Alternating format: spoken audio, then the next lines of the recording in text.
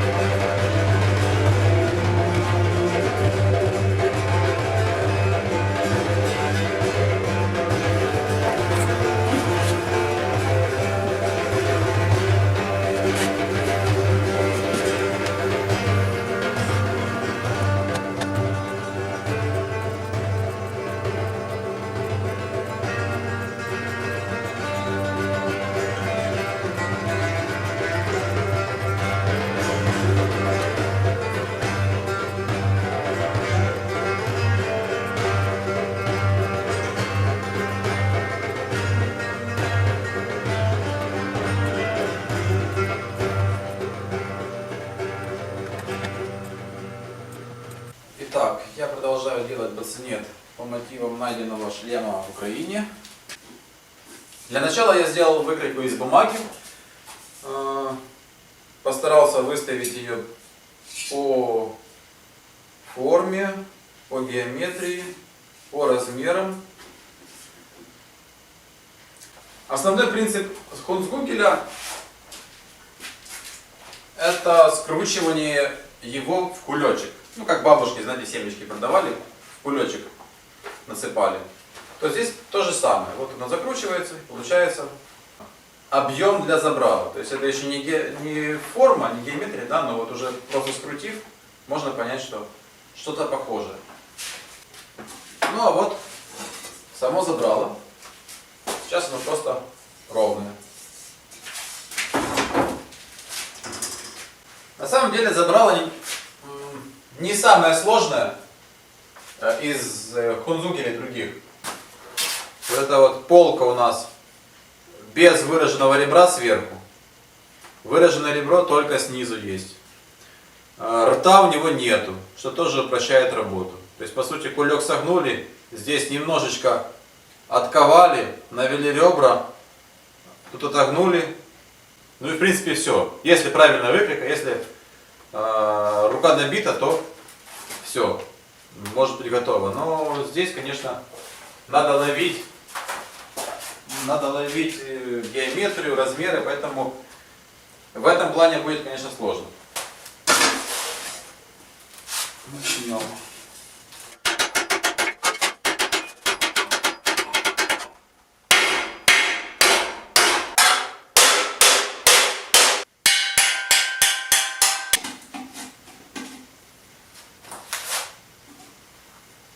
На данный момент у забрала есть скручивание на конус, как бы кулечек.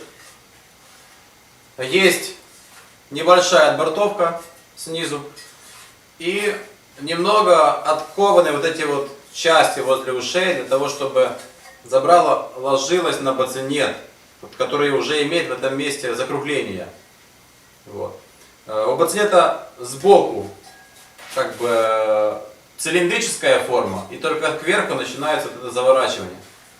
Поэтому тут и тут небольшая дефовка есть. Для удобства дальнейшей работы стоят такие забральники или же детали похожего типа зафиксировать. То есть когда я буду ковать здесь, будет постоянно идти открывание. Следовательно, возможен разлом на носике. То есть постоянно деталь туда-сюда ерзает, и потом начинаются эти трещины там неприятные. Да и неудобно так работать. Поэтому лучше там или пинцелем, бывает детали хватает, чтобы лечь нахлёст, тогда можно зажимать вот таким пинцелем, зажимным. Если, я вот делал выкройку, я довольно точно ее сделал, поэтому у меня выходит все в стык ровненько. Поэтому стоит делать такую временную сварку, сварочную точку. Вот, забрало теперь прихвачено, и можно его доковать.